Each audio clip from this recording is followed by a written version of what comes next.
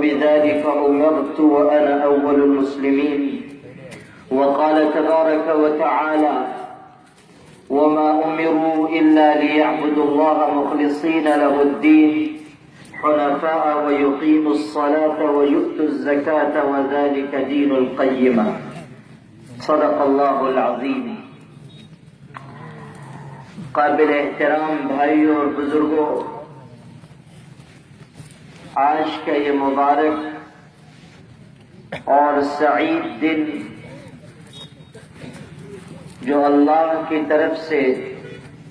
ہم سب کے لیے خوشی کا اور فرحت اور مسرت کا دن ہے، اور اللہ تعالیٰ کے حضور میں اپنی قربانیاں پیش کرنے کا دن ہے. اللہ کرے کہ اس مبارک دن میں دوگانے عید ادا کرنے کے لیے ہمارا یہ اجتماع اللہ کی نگاہ میں پسندیدہ اور مقبول ہو. قابل احترام بھائیوں اور بزرگوں، عید الاضحیٰ کا یہ موقع ہم سبوں کو اس بات کی یاد دلاتا ہے کہ ہم سب اللہ کے بندے ہیں، اللہ کے احکامات کے آگے سر جھکا دینے والے ہیں، اور اللہ کے نیک بندوں سے نسبت رکھنے والے ہیں. ہماری نسبت سیدنا ابراہیم علیہ السلام سے ہے. قرآن مجید نے اسی نسبت کا تذکرہ کیا تو ارشاد فرمایا: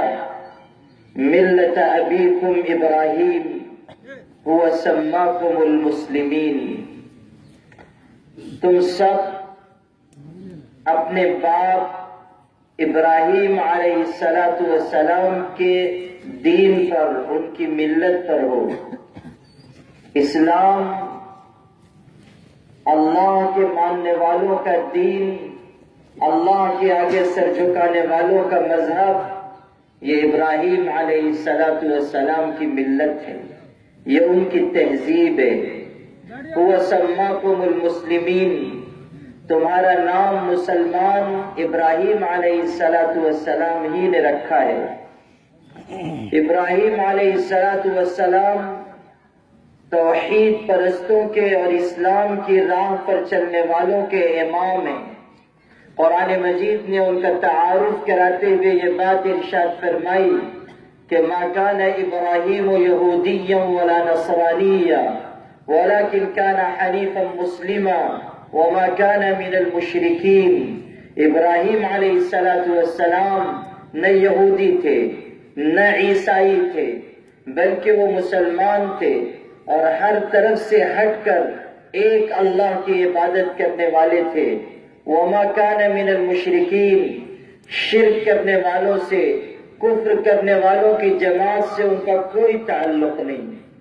ابراہیم علیہ السلام کے لیے اس بات کی گواہی اس لیے اتاری گئی کہ یہودی یہ کہتے تھے کہ ابراہیم علیہ السلام یہودی ہیں، عیسائی یہ کہتے تھے کہ ابراہیم علیہ السلام عیسائی ہیں، مشرکین اس بات کا دعویٰ کرتے تھے کہ ہم ابراہیم علیہ السلام کے دین پر ہیں اور وہ ہماری جماعت سے تعلق رکھنے والے تھے. قرآن مجید نے ان تمام دعووں کی تردید کی اور یہودیوں کو اور عیسائیوں کو اور مشرکین کو یہ جواب دیا کہ ابراہیم علیہ السلام نہ یہودیوں میں سے تھے نہ عیسائیوں میں سے تھے نہ مشرکین میں سے تھے. اگر کسی سے ان کا تعلق ہے تو وہ مسلمان قوم ہے. مسلمان حضرت ابراہیم علیہ السلام کے دین و مذہب پر ہیں، اور ابراہیم علیہ السلام اس روئے زمین پر اللہ کی توحید اور اس کی وحدانیت بیان کرنے والوں کے امام تھے. سب سے زبردست بیان توحید کا، اللہ تعالیٰ کے ایک ہونے کا انہوں نے اپنی زبان مبارک سے ارشاد فرمایا: ان کے خاندان نے مخالفت کی تو انہوں نے اپنے خاندان کے مخالفت کے باوجود اللہ کی توحید کا بیان کیا۔ بادشاہ وقت نے ان کی مخالفت کی تو بادشاہ وقت کے سامنے انہوں نے اللہ کا تعارف کرایا اور اعلان فرمایا ربی الذی یحیی و یمیت، میرا پروردگار وہ ہے جو زندہ کرتا ہے اور مارتا ہے، اللہ وہ ہے کہ جس کے قبضے قدرت میں تمام چیزیں ہیں۔ بادشاہ وقت کی آنکھوں میں آنکھیں ڈال کر ابراہیم علیہ السلام نے کہا تھا کہ تو خدائی کا جھوٹا دعوے دار ہے، تیرے اندر یہ طاقت نہیں ہے کہ تو خدائی کا دعویٰ کرے اور اپنے اس دعوے کی سچائی پر کھڑا اترے۔ تمام معبودان باطل، تمام جھوٹے معبود اللہ کے مقابلے میں مچھر کے پر کے برابر بھی حیثیت نہیں رکھتے، چاہے وہ درخت ہو، چاہے وہ بت ہو، چاہے وہ کوئی جانور ہو، چاہے وہ کوئی انسان ہو، چاہے بڑے سے بڑا بادشاہ اور شہنشاہ ہو، اللہ کے مقابلے میں کوئی معبود نہیں ہو سکتا۔ گواہی دی گئی قرآن میں وَإِلَٰهُكُمْ إِلَٰهٌ وَاحِدٌ لَا إِلَٰهَ إِلَّا هُوَ الرَّحْمَٰنُ الرَّحِيمُ، تمہارا پروردگار یکتا اور تنہا پروردگار ہے، تمہارا پالنے والا ایک ہے، عبادت کے لائق صرف اللہ ہے، اس کے علاوہ کسی کے آگے نہ پیشانی جھکاؤ، نہ اس کے علاوہ کسی کی خدائی کو تسلیم کرو، نہ اس کے علاوہ کسی کے بارے میں یہ گمان کرو کہ وہ زندہ کرنے اور مارنے کی قوت رکھتا ہے۔ اس بات کا اعتراف اپنی زبان سے بھی کرو اور اپنے دل سے بھی کرو کہ نفع اور نقصان پہنچانے والی ذات تنہا اللہ پاک کی ہے۔ نبی کریم صلی اللہ علیہ وسلم نے اس بات کی تعلیم دیتے ہوئے ارشاد فرمایا تھا، اپنے بھائی عبداللہ ابن عباس سے کہا، یا غلام، اے لخت جگر، اے نور نظر، اے میرے بچے،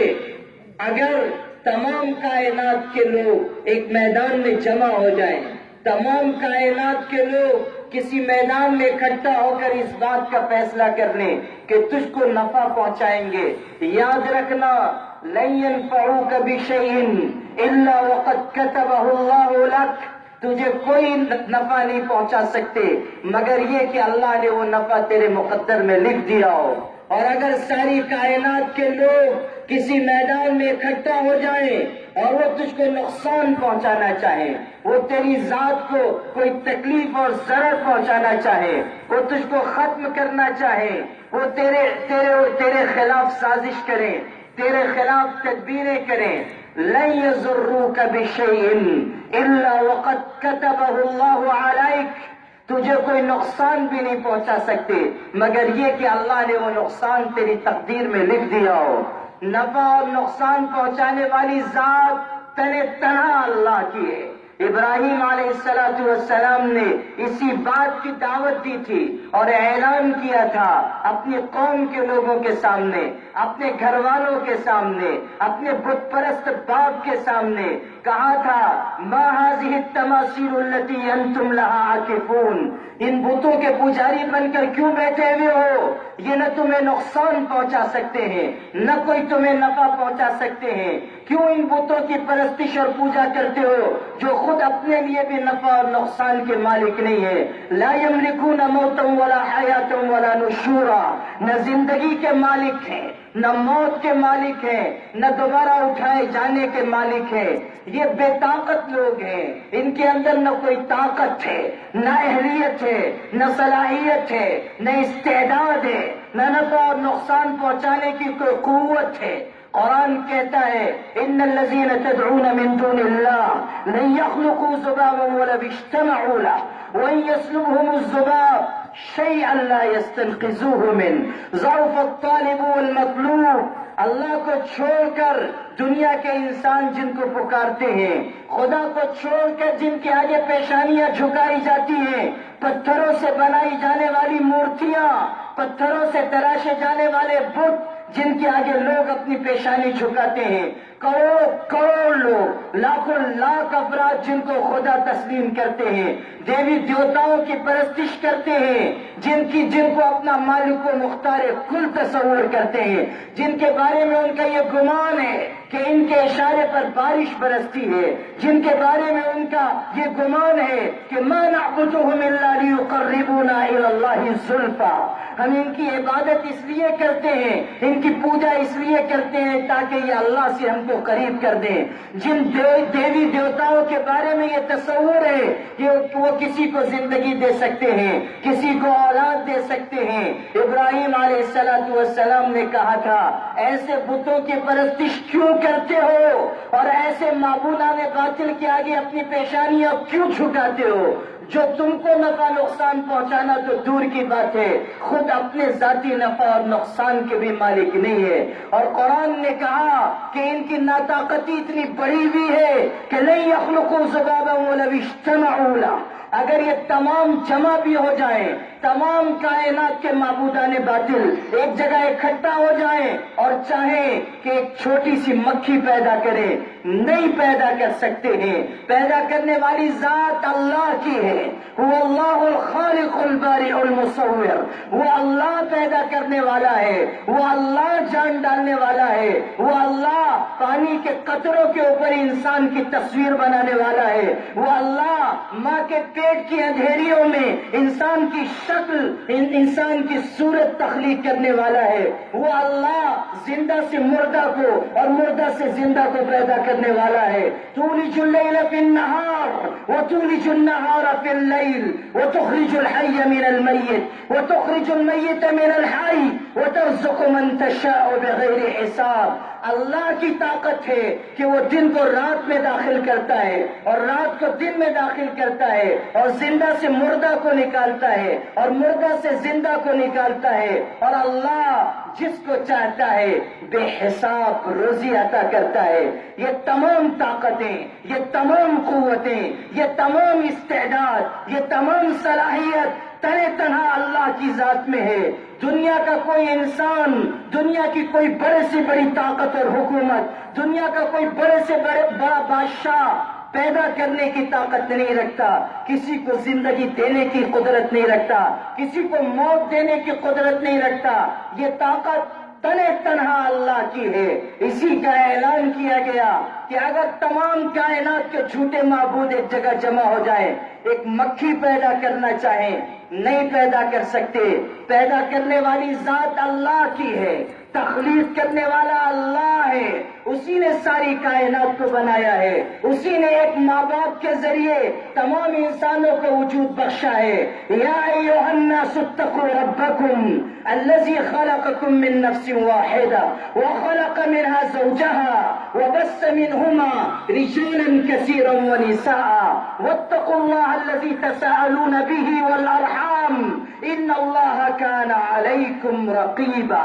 ارشاد فرمایا، او دنیا کے انسانوں، ڈرو اپنے اس پروردگار سے جس نے تم کو ایک جان سے پیدا کیا، پھر اسی سے اس کا جوڑا پیدا کیا، اور پھر ان دونوں کے ذریعے بہت سے مرد اور عورتیں اللہ نے پیدا کر دی۔ الیس ذلک بقادر علی ان یحیی الموتى، کیا وہ اللہ اس بات پر قادر نہیں ہے کہ وہ دوبارہ مردوں کو زندہ کرے؟ آؤ میں تم کو اللہ کا قرآن سناؤں جس میں اللہ کی قدرت بیان کی گئی، خدا کے اوصاف بیان کیے گئے، خدا کی قوت بیان کی گئی، خدا کی طاقت بیان کی گئی، خدا کی کبریائی اور اس کا جلال بیان کیا گیا، اور جھوٹے معبودوں کی ناطاقتی اور ان کی کمزوری اور ان کا ذوق اور ان کی ناطاقتی اور ان کی بے حیثیتی کا بیان کیا گیا۔ قرآن کہتا ہے طاقت صرف اللہ کی ذات میں ہے، باقی تمام کائنات مخلوق ہے اور وہ بے بس ہے،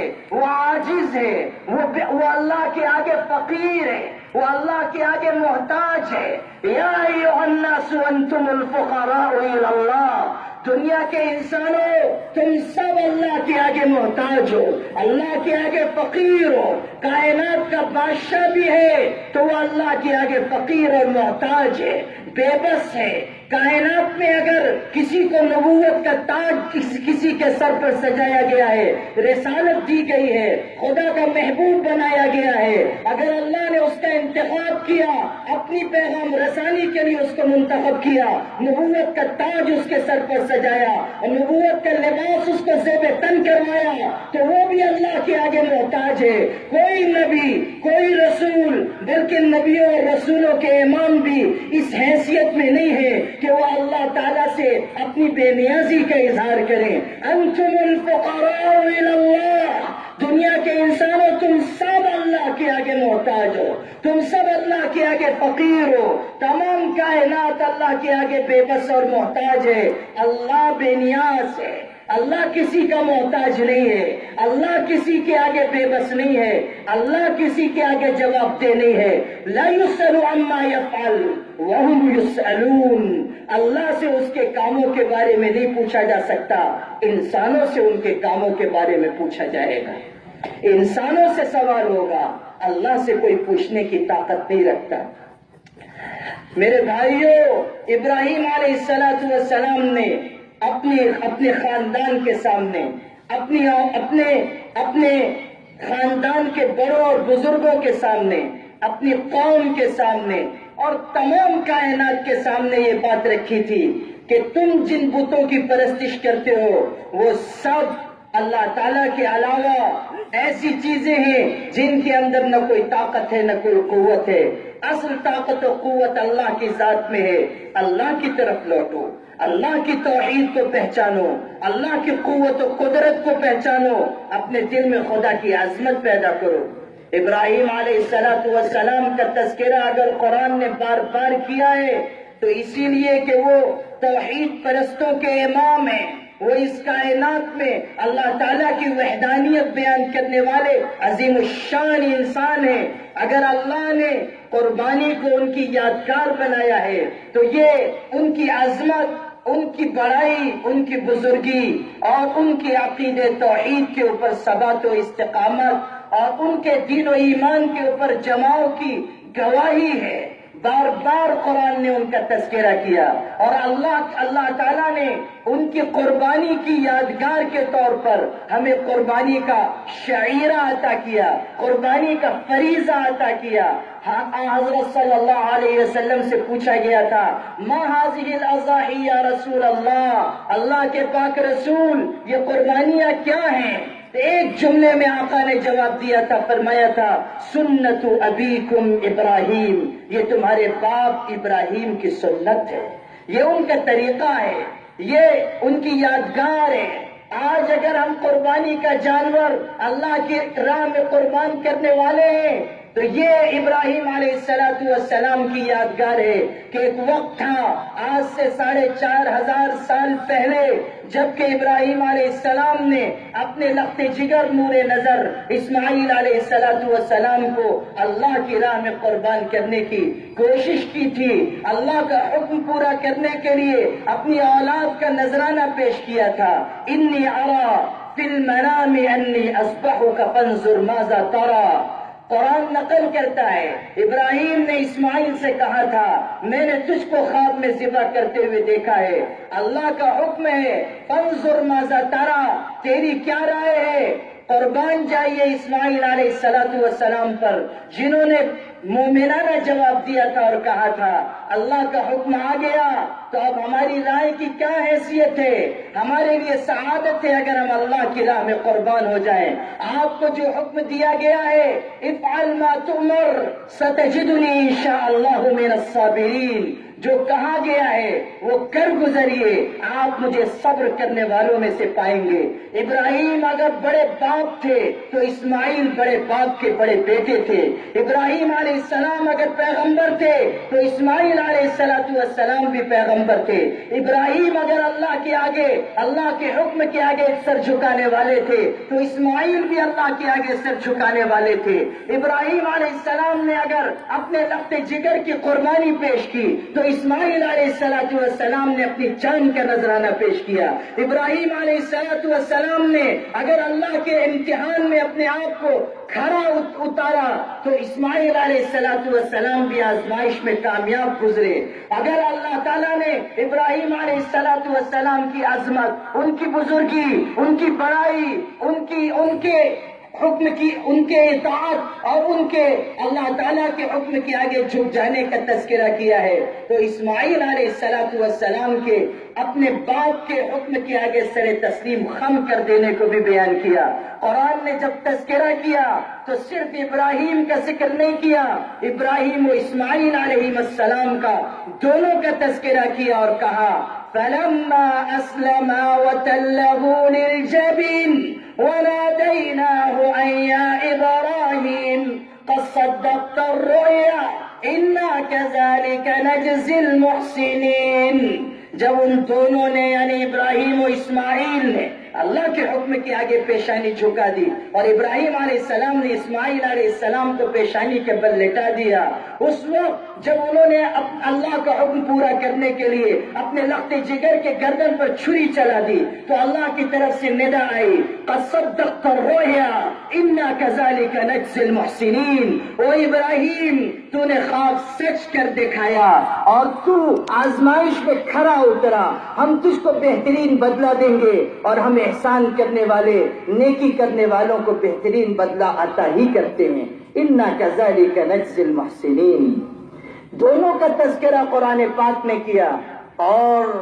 پوری کائنات کو یہ بتا دیا گیا کہ ابراہیم و اسماعیل علیہ السلام اللہ کے برگزیدہ بندے ہیں. کائنات میں اللہ تعالیٰ کی توحید کا عالم بلند کرنے والے ہیں. ہماری آپ کی ذمہ داری ہے،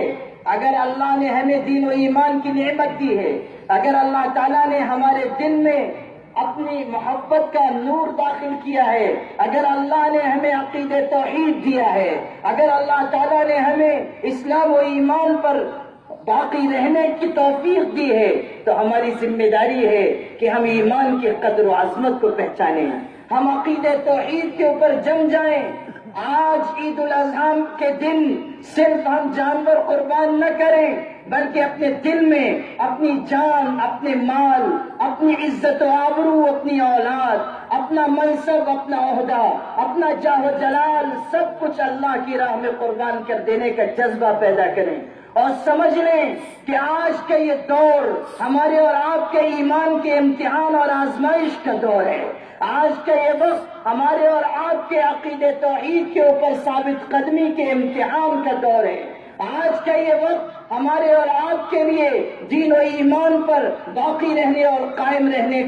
کی آزمائش کا وقت ہے. ہم کو یہ ثابت کر کے دکھانا ہوگا کہ ہم مومن و موحد ہیں. ہم نے عقید توحید پر آنکھ کھولی ہے، ہم عقید توحید ہی پر دنیا سے رخصت ہوں گے. ہمارے دین و ایمان کا سودا نہیں کیا جا سکتا. ہمارے ایمان کو سونے اور چاندی کے سکوں کے عوض یا کسی لالچ کے عوض یا کسی ڈر اور خوف کے عوض خریدا نہیں جا سکتا. توحید کی امانت سینوں میں ہے ہمارے، آسان نہیں مٹانا. نام و نشاں ہمارا وہ باطل پرست قومیں اور وہ معبودان باطل کو تسلیم کرنے والی قومیں اور افراد جو آج مسلمانوں سے ان کی عقید توحید کو چھیننا چاہتے ہیں، وہ قومیں جو آج دین و ایمان کا سودا کرنا چاہتی ہیں، اور وہ فرقہ پرست طاقتیں جو ڈرا کر اور دھمکا کر اور چند مسلمانوں کی جانیں لے کر یہ خوف زدگی کا ماحول پورے ملک میں قائم کرنا چاہتی ہیں تاکہ مسلمان اپنے دین و ایمان کا سودا کرنے کے لیے تیار ہو جائیں. وہ سن لیں اور کان کھول کر سن لیں کہ عقید توحید پر آنکھیں کھولنے والے اپنے دین و ایمان اور عقید توحید کا سودا کرنے کے لیے آسانی سے تیار نہیں ہوں گے. ہم نے اپنے باپ دادا سے، اپنے آبا و اجداد سے ایمان کی جو نعمت پائی ہے اور اللہ کے خزانے غیب سے ہمیں اسلام کی جو نعمت ملی ہے اور جس کے بارے میں قرآن نے اعلان کیا اليوم اکملت لکم دینکم واتممت علیکم نعمتی ورضیت لکم الاسلام دینا. کہ نعمت پوری کر دی گئی اور دین مکمل کر دیا گیا اور قیامت تک کے لیے اسلام کو بطور دین پسند کر لیا گیا. اب اس دین کے بعد کوئی دین نہیں، اس شریعت محمدی کے بعد کوئی شریعت نہیں، اس قرآن کے بعد کوئی آسمانی کتاب نہیں، اور محمد الرسول اللہ کے بعد کوئی نبی اور رسول نہیں، اور اس امت کے بعد اب کوئی امت نہیں. کتاب آخری نازل کی جا چکی اور نبوت کا دروازہ بند کیا جا چکا اور شریعت اتاری جا چکی اور احکامات نافذ کیے جا چکے اور اعلان ہو چکا من یبتغی غیر الاسلام دینا فلن يقبل منه وهو في الآخرة من الخاسرین. جو اسلام کے علاوہ کسی اور راستے کی تلاش کرے گا، کسی اور دین کی طرف مائل ہو جائے گا، توحید چھوڑ کر شرک کی طرف جائے گا، سنت چھوڑ کر بدعت کی طرف جائے گا، ہدایت چھوڑ کر ضلالت کی طرف جائے گا، اللہ پر ایمان و یقین کی دولت چھوڑ کر سکوں کے عوض بک جائے گا، منصب اور عہدے کے عوض بک جائے گا، کرسی اقتدار کے عوض بک جائے گا. لن يقبل منه وهو في الآخرة من الخاسرین. اس کائنات میں اللہ اس کے کسی عمل کو قبول نہیں کرے گا اور قیامت کے دن وہ نقصان اٹھانے والوں میں شامل ہوگا. یہ اعلان ہے اللہ کا. اور افسوس کہ مسلمانوں میں سے کچھ ایسے مسلمان ہیں ہمارے شہر میں جنہوں نے دین و ایمان کا سودا کرنا پسند کر لیا. ایسے لوگ جنہوں نے مورتی کے آگے سر جھکا دیا، جنہوں نے گنپتی کی آرتی اتاری، جنہوں نے ہندو مسلم یکجہتی کے نام پر دین و ایمان کے اوپر کیچڑ اچھالا، جنہوں نے جھوٹی شہرت کے لیے، سستی شہرت کے لیے کوئی اقدام کیا، ایسے لوگ اللہ کی نگاہ میں پسندیدہ نہیں ہیں. اور وہ لوگ جنہوں نے نادانی میں ایسا عمل کیا، جنہوں نے غلطی کی وجہ سے ایسا اقدام کیا اور علماء کی بروقت رہنمائی کی وجہ سے رجوع ہو گئے، انہوں نے ایمان اور کلمے کی تجدید کی، انہوں نے اپنے نکاح کی تجدید کی، انہوں نے پھر اثر نو کلمہ پڑھا، انہوں نے اپنی ندامت اور پشیمانی کا اظہار کیا، وہ قابل مبارکباد ہیں، اس لیے کہ انہوں نے غلطی کا اقرار کیا، اور غلطی کا اقرار ہمارے باپ آدم کی سنت ہے، ان کا طریقہ ہے. انہوں نے اپنے آپ کو پھر ہدایت کے راستے پر ڈالا، انہوں نے پھر کلمہ پڑھ کر اس بات کے اقرار کیا کہ اشہد ان لا الہ الا اللہ واشہد ان محمدا عبدہ ورسولہ. ہم گواہی دیتے ہیں کہ اللہ کے علاوہ کوئی معبود نہیں، اور گواہی دیتے ہیں کہ محمد صلی اللہ علیہ وسلم اللہ کے بندے اور اس کے رسول ہیں. وہ قابل مبارکباد ہیں مسلمان جنہوں نے اپنی غلطی کا اعتراف کیا. اور وہ لوگ جو اپنے مفادات کی خاطر شرک کی طرف مائل ہو رہے ہیں، میں ان کو تنبیہ کرنا چاہتا ہوں اور صاف کہنا چاہتا ہوں کہ اللہ کے بندو دین و ایمان کا سودا نہ کرو. میں جانتا ہوں کہ چند سیاستدان بھی ایسے ہیں، کچھ عہدے اور منصب رکھنے والے بھی ایسے ہیں جو شرک کی طرف جھک رہے ہیں، جن کی تصویریں آ رہی ہیں، جن کے اعمال ظاہر ہو رہے ہیں. اور میں صاف کہنا چاہتا ہوں بلا کسی ادنا تردد یا جھجک کے، بلا کسی ادنا خوف اور ڈر کے کہنا چاہتا ہوں، ہم علماء کو اللہ نے یہ ذمہ داری دی ہے کہ ہم بلا خوف اپنی بات کہیں اور کسی مرامت کرنے والے کی ملامت کی پرواہ نہ کریں. ہماری زبانوں کو عہدے اور منصب کی وجہ سے روکا نہیں جا سکتا، اور چند سکوں کے عوض ہمارے قلم خریدے نہیں جا سکتے. ہمارا قلم جب چلے گا حق کے راستے میں چلے گا، اور ہماری زبان جب بولے گی حق کا کلمہ کہے گی. اس لیے کہ ہم جانتے ہیں کہ سب سے بڑا جہاد کلمۃ حق عند سلطان جائر، اللہ کی بات، حق کی بات سلطان جائر کے سامنے، ظالم اور ناانصاف بادشاہ کے سامنے کہنا ہے. ان سیاستدانوں کو بھی میں کہنا چاہتا ہوں جو سیکولرزم کے نام پر، نیشنلزم کے نام پر، قومیت کے نام پر، یکجہتی کے نام پر، ہندو مسلم اتحاد کے نام پر اپنے دین و ایمان کا سودا کرنے کے لیے آمادہ ہو رہے ہیں کہ اللہ کے لیے واپس آؤ اور اپنے دین و ایمان کی طرف لوٹ جاؤ، ورنہ حشر اچھا نہیں ہوگا، انجام اچھا ایسا نہیں ہوگا. یہ آسمان اللہ کا ہے, یہ زمین اللہ کی ہے, یہ بادل, یہ ہوائیں, یہ فضائیں اللہ کی ہیں, یہ کہکشائیں اللہ کی ہیں, چاند سورج خدا کے پیدا کیے ہوئے ہیں, انسان و جنات اللہ کے بنائے ہوئے ہیں, پورا نظام کائنات خدا کے دست قدرت میں ہے. وہی مشرق سے سورج طلوع کرتا ہے, وہی مغرب میں سورج کو غروب کرتا ہے, وہی اللہ ہے جو ایک بیج کو زمین کی چھاتی پھاڑ کر باہر نکالتا ہے اور اس میں اناج اور گندم پیدا کرتا ہے. وہ اللہ ایسا ہے کہ جس کے قبضے قدرت میں ہماری جانیں ہیں. اسی اللہ پاک کی قسم کھا کر میں کہتا ہوں کہ اللہ اس کائنات میں اب دین سے پھر جانے والوں اور اسلام سے منہ موڑنے والوں کو پسند نہیں کرتا. اس نے اعلان کیا, من یرتد منکم عن دینہ فسوف یأتی اللہ بقوم یحبهم ویحبونہ اذلۃ علی المؤمنین اعزۃ علی الکافرین یجاہدون فی سبیل اللہ ولا يخافون لومة لائم ذلك فضل اللہ یؤتیہ من یشاء. اللہ اگر تم دین سے پھرو گے تو اللہ کسی اور قوم کو لے کر آئے گا, وہ ایمان قبول کرے گی, وہ اللہ سے محبت کرے گی, اللہ ان سے محبت کرے گا, وہ اہل ایمان کے لیے رحم دل قوم ہوگی, کافروں کے لیے سخت قوم ہوگی, اور اللہ کے راستے میں وہ لڑیں گے اور کسی ملامت کرنے والے کی ملامت کی پرواہ نہیں کریں گے. یاد رکھنا مسلمانوں, ہمارے پاس سب سے بڑی دولت دین و ایمان کی دولت ہے, اور ہم اپنی جان کی قیمت پر بھی یہ دولت اپنے دشمنوں کے سپرد نہیں کر سکتے. انتظامیہ کے لوگ, پولیس والے بھی اس بات کو کان کھول کر سنیں کہ وہ سیکولر ملک کی سیکولر پولیس ہیں, ان کو کسی مذہب کا طرفدار نہیں ہونا چاہیے, اور انہیں اہل ایمان کو ترغیب دے کر شرک کی طرف مائل نہیں کرنا چاہیے. ہم کسی انتظامیہ سے نہیں ڈرتے, ہم اگر ڈرتے ہیں تو تنہا اللہ پاک کی ذات سے ڈرتے ہیں, اور علی اعلان یہ بات کہتے ہیں کہ جمہوری ملک میں رہنا ہے, جمہوریت کے طریقے سے رہو. جمہوری ملک میں رہنا ہے, فرقہ پرست بن کر نہ رہو, کسی کے طرفدار بن کر نہ رہو, انصاف کے طرفدار بنو,